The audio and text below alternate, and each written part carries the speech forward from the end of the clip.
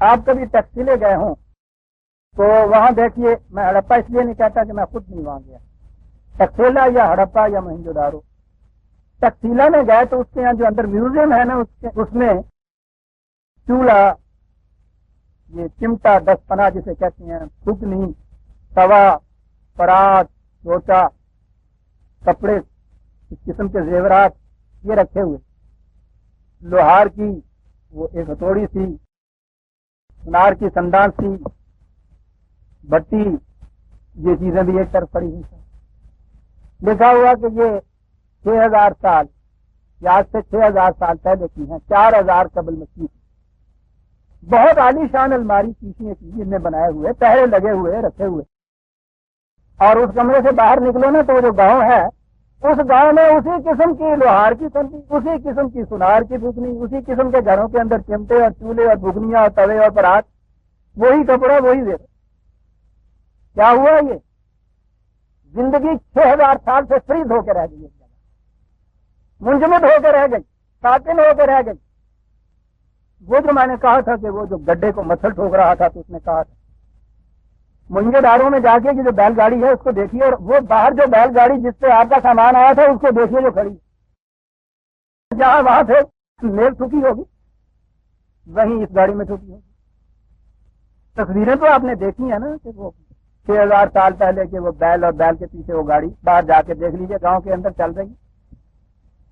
یہ کیا چیز ہے؟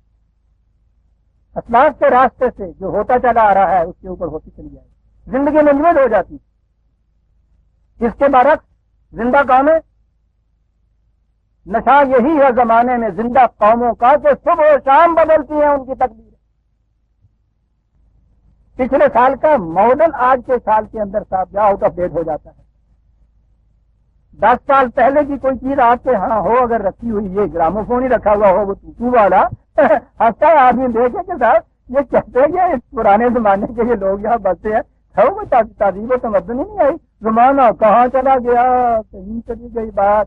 وہ ان کے ہاں ابھی تک وہ گراموفون میں نے دیکھا جی، وہ ٹوٹو والا جس کے آگے وہ کتا بیٹھا ہوا ہوتا تھا۔ لوگ کیفیت یہ ہے، نشہ یہی ہے زمانے میں زندہ قوموں، صبح شام بدلتی ہیں ان کی تقدیر۔ قرآن نے تو حرکت و جہاد کا نام زندگی قرار دیا، مسلسل جدوجہد۔ ومن جہد فینا لنہدینہ سبلنا، جو ہمارے راستے میں مسلسل جدوجہد کرتا چلا جائے گا، ہم نئے نئے راستے اس کے سامنے کھولتے چلے جائیں گے۔ زندگی تو نام ہی ایک صراط مستقیم کا ہے، کھڑے ہو کے منزل کا نہیں، راستے کا ہے نام۔ دین راستہ ہے، راستہ تو چلنے والوں کے لیے ہوتا ہے۔ جہاد مسلسل، حرکت پہم، یہ ہے زندگی۔ ان کے ہاں جیسا میں نے کہا ہے 6000 سال پہلے جس قسم کا چمٹا 6000 سال بعد بھی آج دیکھیے وہی کچھ چلا آ رہا ہے اسی طرح۔ یہ تیری گلی کی قیامتیں کہ لحد کے مردے اکھڑ گئے، تو میری جبین نیاز ہے کہ جہاں گڑی تھی گڑی رہے۔ زندگی منجمد ہو کے رہ جاتی ہے۔ یہ اس کے بعد یہ تو میں نے رسوم، معاشرت کے آداب، اس قسم کی رسمیں یہ کہا، یہ عقائد اور نظریات اور تصورات یہ بھی پھر منجمد ہو کے رہ جائے۔ اسی طرح سے ماننا پڑے گا آپ کو جیسے مانتے چلے آ رہے ہیں، خواہ وہ غلط ہو خواہ وہ صحیح۔ اسی طرح جب یہ مقام آ جائے کسی قوم کے اوپر، الفاظ چونکہ بڑے حسین ہیں اس لیے مجھے اسی کے کہنے چاہیے۔ بت پرستی شرک ہے نا۔ وائٹ ہیڈ ہمارے اس دور کا بڑا نامور فلاسفر ہوا ہے، بڑی ہی صاف نگاہ ہے اس شخص کی، بات بھی بڑی صاف کہتا ہے۔ ایڈونچر آف آئیڈیاز اس کی کتاب، یہ میرے پاس رکھی، 4 لفظ اس سے پہلے سن لیجیے۔ بت پرستی جسے آپ کہتے ہیں، وہ کہتا ہے the key note of idolatry از، آئیڈولیٹری جسے آپ کہتے ہیں وہ کہتا ہے the key note of idolatry is contentment with the prevalent god. جو موجود خدا ہیں تمہارے ہاں ان پہ مطمئن ہو کے بیٹھ جانا کہتا ہے، اسے بت پرستی کہتے ہیں۔ پریولنٹ گاڈ، جو بھی آپ کے ہاں موجود پائے جاتے ہیں، ہوتے چلے آ رہے جو ہیں، contentment with the prevalent God, کہتے اس کو کہتے ہیں بت پرست. تو میں حیران ہوتا ہوں ان عربوں کی قوم پر اور ان کی زبان پر، اور آپ تو یہ اکثر مجھ سے سنتے چلے آتے ہیں، مجھ میں آ جاتا ہوں.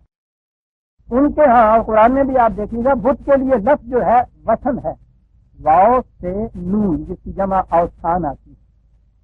وثن کے بنیادی معنی جو ہیں اس کے معنی جمود کے ہیں، جس کی حرکت نہ رہے اسے کہتے ہیں.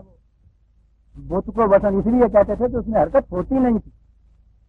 یہ بات کے ثانوی معنی ہیں، اس لفظ کے بنیادی معنی ہیں. جس کی حرکت سلب ہو جائے وہ اس کو وثن کہتے تھے. تو وثنیت وہی ہے جسے یہ کہہ رہا ہے وائٹ ہیڈ. ان کے زبان میں وثنیت اس کو کہتے تھے، جمود کو، حرکت سے ختم ہو جانے کا نام. زندگی تو حرکت مسلسل کا نام ہے عزیزان ایمان. جہاں بھی کہیں کھڑے ہو گئے آپ موت تاری ہو گئی. عجیب قوم تھی یہ. آپ نے دیکھا نا ان کے یہاں وثنیت، حرکت ختم ہو گئی، جمود ہوا. تو یہ ان کے یہاں حیات جو تھا، یہ لفظ زندگی جسے کہتے ہیں، یہ حیتن جو ہے، یہ سانپ کی پہچان اگر آپ نے دیکھنا ہو کہ وہ بیٹھا ہوا کچلی مار کے، اب یہ دیکھنے کے لیے کہ یہ زندہ ہے یا مردہ ہے، تو آپ کو پتا ہے کہ اس سے سپیرا ذرا سا یوں چھیڑتا ہے تو یوں کرتا ہے، یوں سمٹتا ہے. یہ جو اس کی حرکت ہوتی ہے اس کی وجہ سے اس کو حیت کہتے ہیں.